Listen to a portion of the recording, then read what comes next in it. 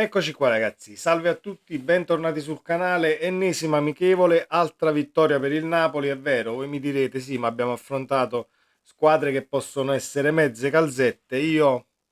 potrei essere d'accordo, ma nella partita di ieri è stata una partita vera contro una squadra che comunque ci ha messo l'anima per restare, diciamo, aggrappata al risultato, soprattutto nel primo tempo, ovviamente. Qualitativamente poi il Napoli è uscito fuori, al di là delle gambe pesanti, della preparazione e quant'altro, e ci sono degli spunti tattici che volevo condividere con voi nella maniera più assoluta, e fatemi sapere la vostra qui sotto nei commenti. Iscrivetevi al canale se volete, attivando la campanellina delle notifiche, così si resta aggiornati ogni qualvolta esce un nuovo video, e andiamo a vedere nel dettaglio ieri cosa è successo. Ovviamente formazione di partenza: Meret, Di Lorenzo, Rachmani, Nathan, Spinazzola, Lobotka, Anghissà, Mazzocchi, Politano, Khedira e Kvaratskhelia.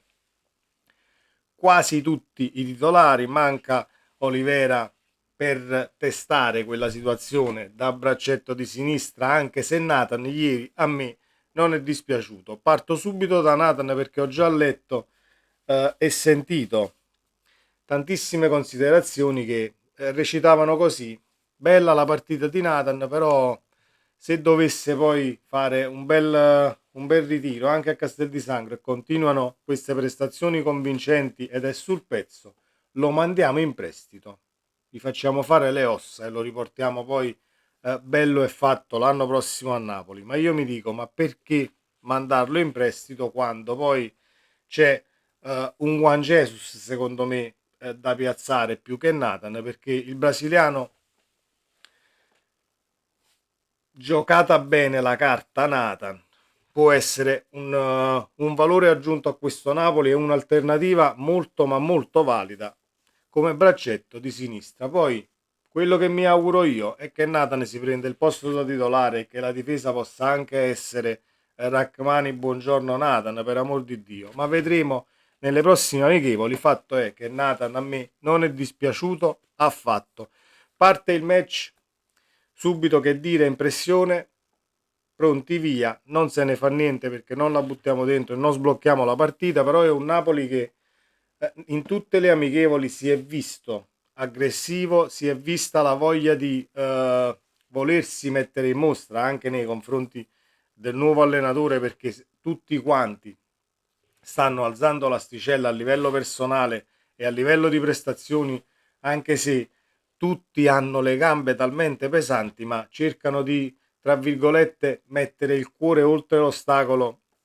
proprio a livello di fiato e di concentrazione. Quindi siamo sulla retta via verso un'identità che avevamo completamente perso l'anno scorso ed in tutta l'annata da dimenticare post scudetto. È un Napoli che negli anni ha sempre avuto un'identità, solo in quest'anno, diciamo, molto strano, con troppi cambi in panchina, l'hai persa, o chi è arrivato e si è seduto sulla panchina si è messo l'identità del Napoli sotto i piedi, perché poi più o meno i calciatori sono gli stessi. Ma abbiamo visto in questi amichevoli come il problema del Napoli dell'anno scorso, noi l'abbiamo sempre detto, era in mediana, perché la mediana non seguiva né l'attacco in fase di appoggio e né tantomeno riusciva a fare filtro in fase di copertura. Abbiamo sofferto poco in tutte e tre le amichevoli. È vero che abbiamo affrontato squadre, diciamo, rivedibili, tra virgolette, ma quella di ieri per intensità avversaria, per la cazzimma che la squadra avversaria ci ha messo, è stata una partita vera, perché il Napoli si è dovuto comunque tirar su le maniche per sbloccare la partita sbloccata ovviamente da un grandissimo gol di Kvaratskhelia, ma viene elogiato solamente Kvaratskhelia a quanto ho visto. Ma per me il 75%, facciamo il 70% perché non voglio essere troppo cattivo, il 70% del primo gol è di Lobotka, perché quella palla dove ti metto, come si dice a Napoli, a carne e maccarone, ovvero servito davanti alla porta, non è da tutti. E infatti ricominciare da Lobo, l'abbiamo detto durante la situazione di Lorenzo e la fascia a Lobotka, e sono sempre della stessa opinione. Lobotka è un top player e deve passare tutto da lì, al di là che il centrocampo sia a 5, a 4, a 3, si giochi con 4 dietro, 3 dietro, non è importante, Lobotka è un metronomo e Lobotka fa sempre la scelta giusta, al di là che eh, la mente sia un tantino offuscata dai carichi di lavoro. Mi è piaciuto il primo tempo, poi c'è il 2-0 con un'altra bella azione con l'appoggio rasoterra fuori area di Di Lorenzo Appolitano, il tiro, un tiro mezzo sporcato, partito quasi in maniera molto strana, comunque si insacca e passiamo sul 2-0, ovviamente poi si cambia tutto l'11, Buongiorno non aveva giocato nel primo 11, nella prima frazione, si cambia tutta la squadra, Caprile, Rafa Marin, Buongiorno, Juan Jesus, Mario Rui, Folo Ruscio, Iaccarino, Zerbin, Gong, Simeone e Raspadori. Poi è uscito, poi un quarto d'ora dalla fine è uscito Iaccarino ed è entrato Caius, ritornato da affaticamento, un mezzo infortunio che ha avuto in questi giorni.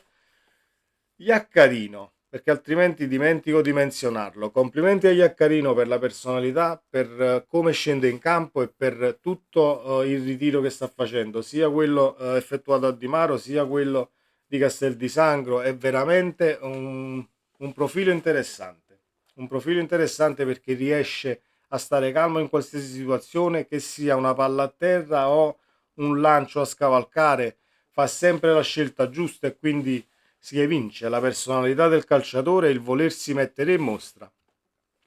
Bene, bene, da questo punto di vista, Iaccarino poi è stato sostituito, è entrato Caiuste perché Conte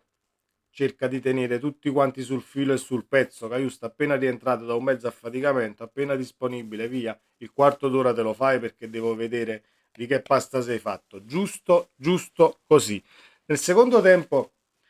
le seconde linee, tra virgolette, anche se c'era Buongiorno in campo,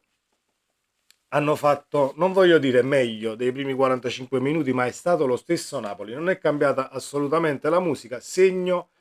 di un lavoro mentale che non è assolutamente, diciamo, alla fine del processo, ma è appena iniziato, ma si evince convinzione, si evince determinazione e tutti quanti sanno perfettamente cosa fare. Il terzo gol di Simeone, ovviamente, palla in recupero, un bellissimo passaggio di Zerbin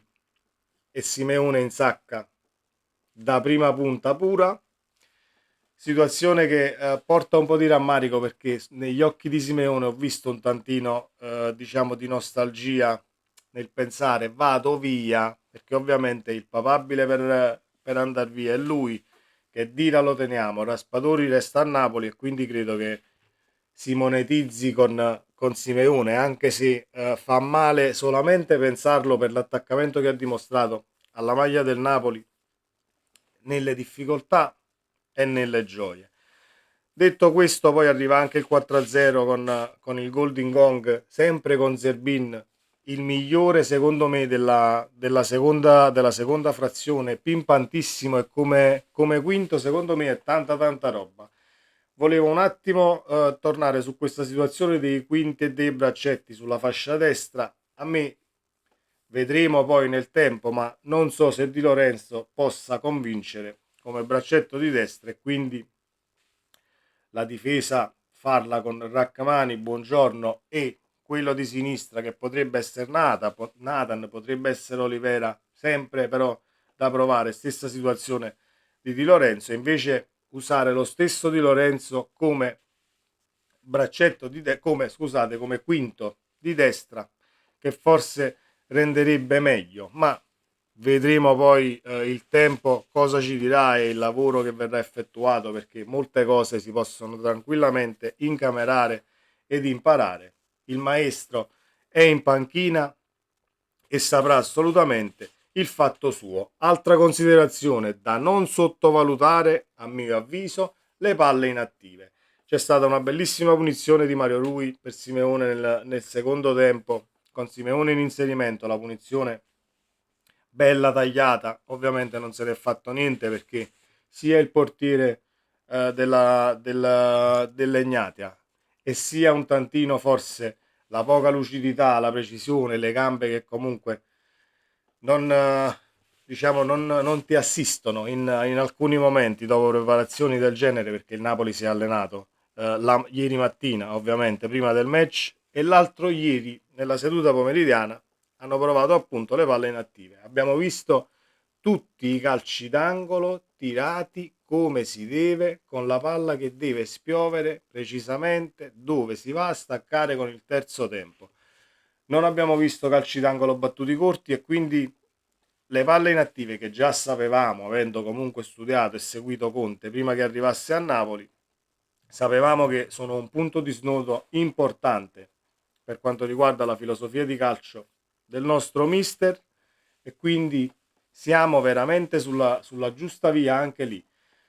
C'è da fare una considerazione dal punto di vista fisico, siamo cresciuti in altezza e in larghezza, siamo veramente tanti e larghi.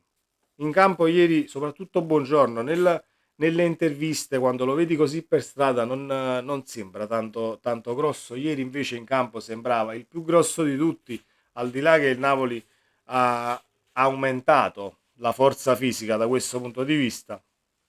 eliminando, ma forse eliminando è brutto, diciamo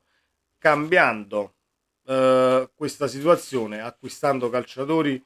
che sono tutti fisicati. Lo stesso Brescianini, nel caso dovesse arrivare, comunque è un bel pezzo da 90 a livello fisico, e quindi potremmo dire la nostra, soprattutto in fase di interdizione, quando ci sono situazioni di densità in mezzo al campo. Sono più che contento dalla partita di ieri, ed è anche stata una partita molto ma molto piacevole da seguire, perché tatticamente il Napoli si vede lontano un miglio, che sta veramente lavorando al 100% e limando tutte quelle cose che andavano limate. Conte parlava di equilibrio durante la presentazione ufficiale. Dobbiamo trovare equilibrio perché abbiamo preso tanti gol, eccetera, eccetera, eccetera. Diceva il nostro mister, e l'equilibrio è stato trovato. Perché io non posso rifarmi sempre alla solita barzelletta. Sì, abbiamo preso, abbiamo affrontato squadre comunque di livello totalmente inferiore. Siamo d'accordo, ma se noi prendiamo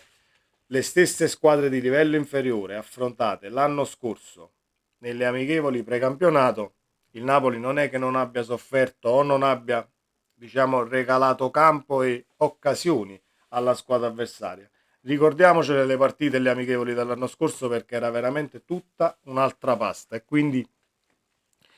fa ben sperare questa cosa di soffrire molto poco, aggredire molto alti. E la cosa che mi è piaciuta, e concludo, quando il Napoli è andato ad aggredire molto alto, soprattutto nel primo tempo, abbiamo preso un contropiede 4 contro 3 con i tre centrali del Napoli, Nathan, Rachmani e Di Lorenzo in quel caso, che invece di andarsi a prendere l'avversario come ingenuamente si può fare, si corre verso l'avversario per andargli a coprire la linea di passaggio, rimangono stretti per poi concedere l'ampiezza a chi stava portando palla e andarli a prendere poi a uomo, cosa che diventa meno pericolosa perché sono più esterni. Invece se tu, braccetto di sinistra o braccetto di destra, andavi direttamente su due calciatori, facevi sì che poi al centro si creava quella situazione di pericolosità, e sterzando, diciamo, i due esterni si buttavano all'interno e tu perdevi pure la marcatura e ci stava a prendere il gol. Quindi studiata anche quella sicuramente di situazione in allenamento, ed è così che si fa quando si difende a 3 e si becca un contropiede in campo aperto, senza andare nel panico, si resta stretti, si retrocede quasi fino al limite dell'area per poi andarli a prendere a uomo e vedere come si sviluppa l'azione. Io sono veramente contento della partita di ieri, poi vedremo, ovviamente si alza il livello, ci sarà il Brest e vedremo il da farsi, ma è un Napoli che man mano alza sempre più l'asticella, ed è quello che volevamo per arrivare poi al 10 di agosto, partita di Coppa Italia importantissima, perché passa da lì il cammino e il proseguo della competizione. Dobbiamo arrivare lì tirati a lucido, perché è vero che abbiamo finora affrontato squadre di livello assolutamente inferiore. Lì ci sarà una squadra ovviamente nella partita di Coppa Italia che può essere di livello inferiore, ma quando c'è una competizione del genere, attenzione a queste squadre piccole, perché poi sono 90 minuti e rimetterci una competizione dall'inizio del mese di agosto non mi sembra il caso, ma credo che non sarà assolutamente il caso, perché se Conte e il Napoli tirano a pallettoni a livello di intensità e di aggressione, partite del genere come quella di ieri, ma come è stato anche con la Naun e l'altra partita giocata, lascia ben sperare ovviamente la partita di Coppa Italia, perché usciranno fuori anche dei divari tecnici importanti tra calciatori stessi, così come l'hai sbloccata ieri, perché complimenti a Legnatia per come si è messa in campo e per come ha coperto gli spazi, soprattutto nel primo tempo, mettendo un tantino in difficoltà il Napoli, che non riusciva ovviamente a sfondare. Poi è arrivata questa magia di Lobo per Kvaratskhelia, che è in palla ed è in palla tutto il Napoli. Sacrificio da parte di tutti, lo abbiamo visto nel recupero di Kvaratskhelia nel primo tempo, dove ci siamo trovati sbilanciati e Spinazzola perde palla quasi al limite dell'area di rigore avversaria, perdiamo ovviamente l'uomo in copertura, becchiamo una ripartenza ed è Kvaratskhelia a farsi poi l'allungo dei 60 metri per andare a coprire sul calciatore avversario. Quindi meccaniche già incamerate, io sono stupito da questo punto di vista, perché stanno lavorando insieme da credo un paio di giorni, 3 giorni che sono a Castel di Sangro, quindi non è che i nazionali sono rientrati da 3 settimane, e ecco perché resto assolutamente fiducioso, perché abbiamo un mister e uno staff, perché poi non è solo Conte ma tutto lo staff durante gli allenamenti che di competenza e di cazzimma da insegnare ne ha da vendere. Sempre Forza Napoli, ragazzi, fatemi sapere le vostre di considerazioni. Non faccio le pagelle perché sono ancora partite amichevoli, ma a me Nathan è piaciuto, sono piaciuti quasi tutti. Non c'è un calciatore che dico ieri, ah però stai ancora così, io non sei in condizione. Assolutamente no, mi sono piaciuti tutti nella maniera più assoluta. Sempre Forza Napoli, ci vediamo nel prossimo video. Ciao!